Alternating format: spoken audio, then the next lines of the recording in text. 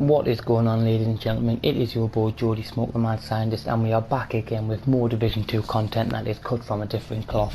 Please like and subscribe and check out all my other build content. So as you can see, while solo we're going to have a sustained per shot damage output of around 6.18 million. Fully optimised with 6% more weapon damage, 20% more crit and the 5% more chance I could put on the build. I believe this build could hit in solo around 6.87 million with 45% chance, which of course could be fully optimised when using the Coyote mask. I would also note in the team, buffed by a Coyote, Empathic Resolve, Opportunistic and a 6 skill tier booster hive, this build has hit around 8.18 million, I think that's the highest number I saw, as sustained as we're seeing in the clip. But optimised, I believe I could hit around about 9.5 million with a headshot crit, while still gaining that 60% critical chance cap, which is 15% more than I had in the beginning of the video clip showed, meaning more opportunity to hit them huge damage numbers. If you want to learn more about damage debuffs and a couple of examples of these type of build, please check out my channel and my debuff content. Straight into the build, we're going to start off with the M1A Rifleman. It is, in my honest opinion, the best talent for ads if you are going to hit those all important headshots. The buff is long enough to cater for reloading and it does allow you to miss a shot without losing the buff. Boomerang, Ranger and Strained are also worth considering.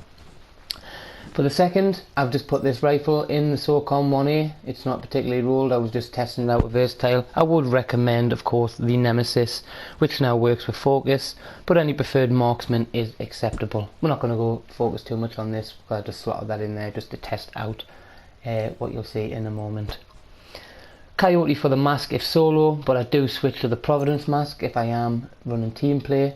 And I do try to get the brand synergy bonuses from that and stack critical hit damage with the mods. For the chest we've got Pristine Example, which complements the Marksman and also, well, the Nemesis, and also the Perfect Focus, which in my opinion is so much better than Focus, is you get 10% extra weapon damage and the 1% per second more than Focus. And I would recommend this even if you're not pairing it with a Marksman for your M1A, such as an M1A Providence based Focus Vigilance build.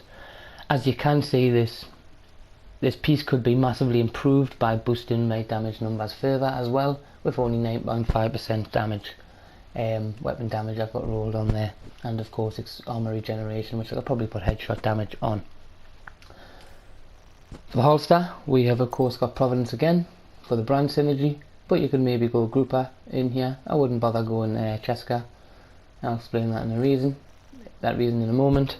Foxes for the knees, for the best in class, and of course the rifle synergy. The gloves is a trade-off between the Contractors and a Providence or Grouper.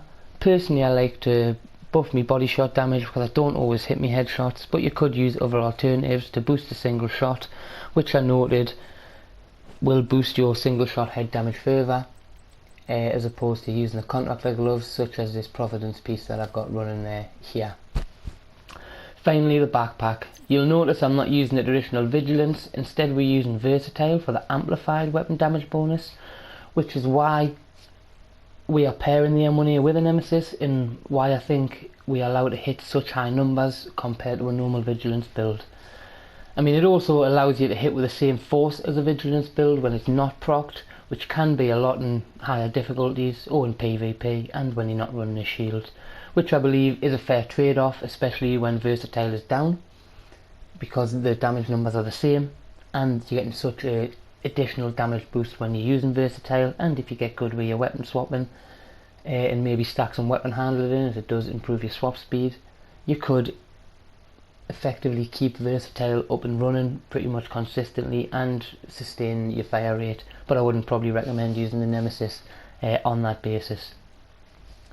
Because of the cooldown or range, as the buff only applies to the targets more than 25 meters away, which isn't a lot and does complement your weapon's survivability and your 8x scope, but it is something to note when you are using these guns that the bonus won't apply. But as I said before, it is still hitting the same damage numbers as would be if Vigilance was not procced.